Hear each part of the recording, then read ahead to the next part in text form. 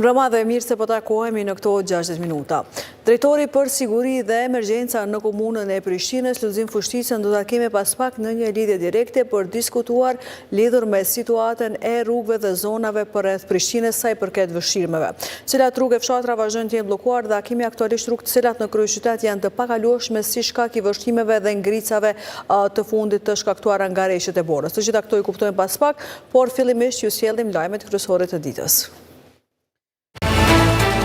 39 persona arrestuan në një aksion të prokurorisë me dyshimet për dallavere në Byron Kosovare të Sigurimit, mesin e të arrestuarve dhe ish drejtori BKS-s bllokohen mbi 1 milion euro.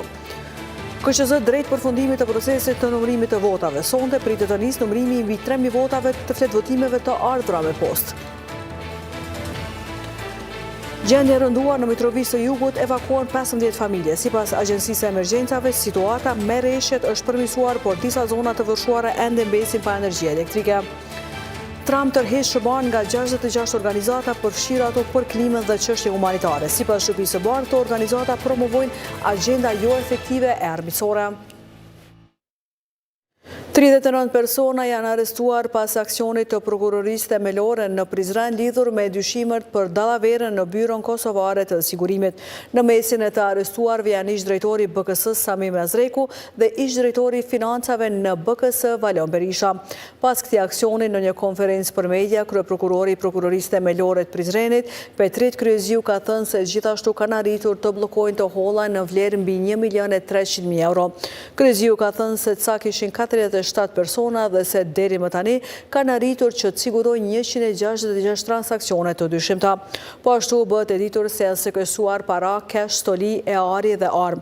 Kryeziu ka bërë të ditur se hetimet për këtë çështje i kanë nisur në marsin e vitit 2025, derisa aksioni sot më zhvilluar në regionet e Prizrenit, Prishtinës, Pejës, Gjilanit, Ferizajt, Mitrovicës dhe Gjakovës. Nga ana tjetër, BKS-ja ka njoftuar se hetimet janë iniciuar nga vetë ky institucion në cilësinë e palës së dëmtuar.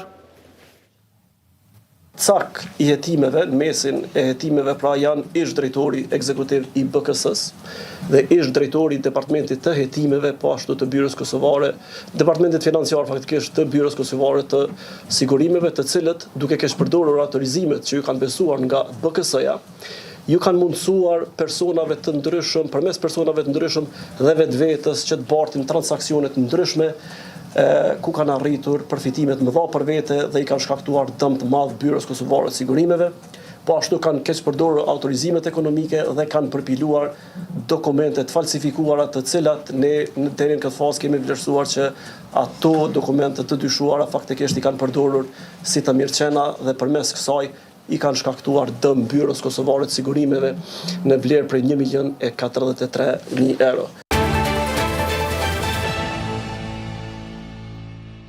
Edicionin e vazhdojmë me zhvillime të tjera, ku Komisioni Qendror i Zgjedhjeve ka përfunduar numërimin e të gjitha votave me postë që kanë arritur në Kosovë, pa 3.185 pakot e tjera që pritet të sillen këtë të ende.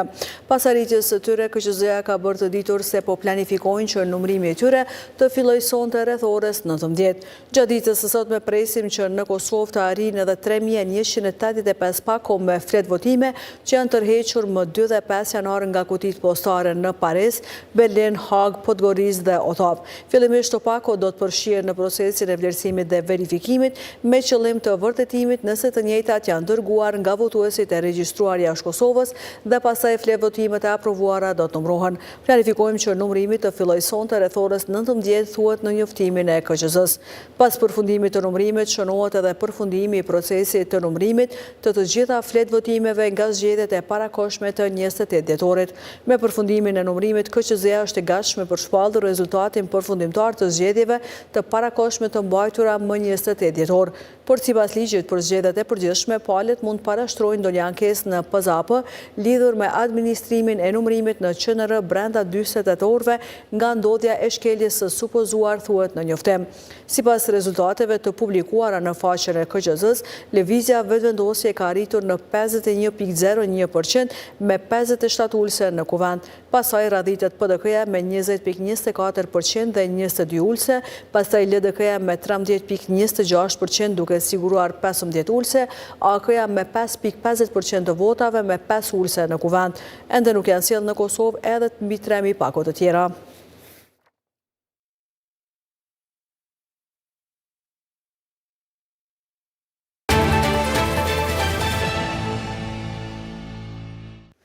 Edicionet e vazhdojnë me informacionet të tjera, ku gjendje e rënduar si pasojë e vërshimeve nga reshjet e shiut pa vazhdon edhe sot në qytetin e Mitrovicës së Jugut, ku prej mesnatës 15 familje janë evakuar nga lagja Dykuriku e këtij qyteti. Komandanti i brigadës së zjarrsvegësve në Mitrovicë të Jugut, Borimi Bishi, ka bërë të ditur se situata në këtë pjesë të qytetit nuk është e mirë, pasi uji ka përfshirë pothuajse tërë zonën. Sipas tij, ekipet në terren po përballen edhe me vështirësi shtesë, pasi disa banor po refuzojnë evakuimin. Nga ana tjetër, disa pjesë Kosovës nuk ka pasur energji për shkak të dëmtimeve nga vërshimet.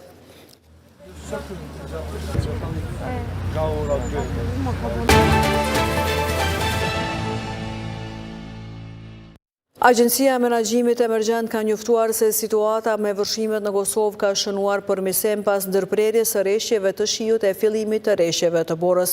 Sipas njoftimit të AMS, niveli i ujit në lumenjët kryesor ka filluar të bjerë dhe nuk paraqet rrezik i menjëhershëm për vërshime të tjera. Në njoftimin e AMS thuhet se në përgjithësi raportohet për situatë stabile në komunat e vendit. Ndërkohë, nga mesnata e së mërkurës në Kosovë ka nisur rënja e temperaturave dhe rreshjeve të borës, teksa vendi u përball me vërshime. Rreshtet e borës dhe ngricat kanë shkaktuar vështirësi në qarkullimin rrugor në disa zona, ku autoritetet kanë bërë thirrje për kujdes në trafik. Ministria e Infrastrukturës ka njoftuar se të gjitha rrugët në Kosovë janë të kalueshme.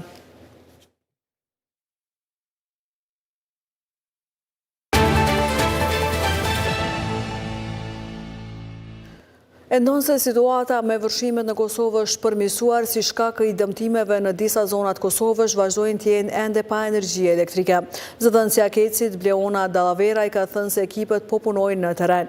Ju njoftojmë se në zonat e prekura nga vërshimet për arsye sigurie në disa pjesë nuk ka energji elektrike si pasojë e dëmtimeve të shkaktuara në asetës shpërndarëse. Ekipet tona janë në terren dhe po punojnë në rikthimin e furnizimit me energji elektrike sapo të krijohen kushtet e sigurta, ka thënë ajo. Kompania Kosovare për distribuim me energji elektrike më 6 janar pati njoftuar se ka ndërprer furnizimin me energji elektrike në Drenas, Malishev dhe Rahovec.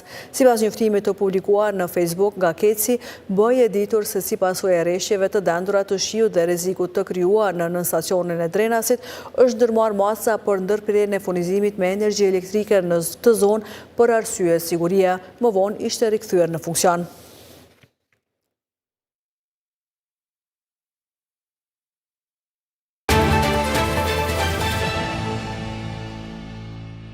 Komuna e Rahovecit ka ftuar qytetarët që janë prekur nga përmbytjet paraqesin kërkesën te Komisioni Komunal për vlerësimin e dëmeve në objektin komunal.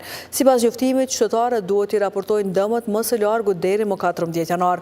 Pas paraqitjes së kërkesës, komuna ka thënë se Komisioni Komunal do t'i kontaktojë dhe ekipi përkatës do dalë në terren për të bërë vlerësimin e dëmeve. Rahoveci ka qenë njëra prej komunave më të goditura nga vërshimet e ditëve të fundit në Kosovë. Janë raportuar dëmë të konsiderueshme infrastrukturore e në anëvisëri. Dëmet të konsiderueshme ka pasur edhe në komuna të tjera.